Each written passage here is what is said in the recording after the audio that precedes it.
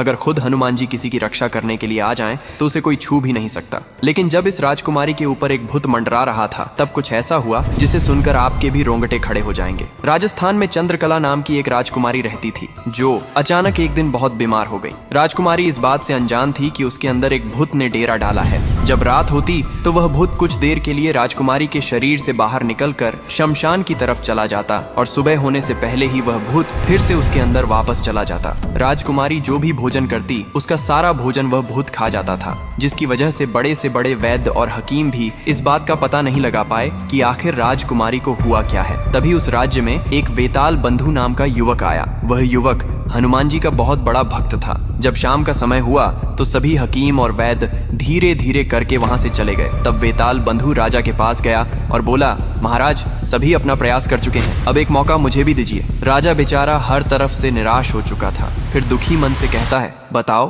तुम मेरी बेटी का इलाज किस प्रकार करोगे। वेताल बंधु राजा को प्रणाम कर बोला, महाराज मैं बिल्कुल एकांत में राजकुमारी के साथ रहना चाहता हूँ, तभी मैं अच्छे से ध्यान लगाकर राजकुमारी जी की बीमारी का पता लगा पाऊंगा। राजा की इजाजत मिलते ही वेताल बंधु राजकुमारी के कक्ष में गया और उससे कुछ दूर एकदम चुपचाप बैठकर उसे देखने लगा। जैसे ही रात के 12 बजे का समय हुआ तो अचेत अवस्था में पड़ी हुई राजकुमारी के शरीर से एक काला छाया बाहर निकला और शमशान की ओर चला गया। यह सब देखकर वेताल बंधु दंग रह गया। जब सुबह होने वाली थी तब वह भूत वापस आया और राजकुमारी के शरीर में समा गया। सुबह हुई तो राजा चंद्रसेन डर और बेसब्री से कमरे में आया और बोला, क्या हुआ है मेरी बेटी को, तुम कुछ बोलते क्यों नहीं। तभी वेताल बंधु बोला, महाराज मुझे राजकुमारी की बीमारी का पता चल गया है और हनुमान जी ने चाहा तो वह जरूर ठीक हो जाएगी। आप मुझे एक रात का समय और दीजिए और मेरे लिए एक तलवार और एक लींबू और एक धूपबत्ती का इंतजाम कर दीजिए। उसने मंत्री को वेताल बंधु के द्वारा मांगा गया सारा सामान उसे देने का निर्देश दिया।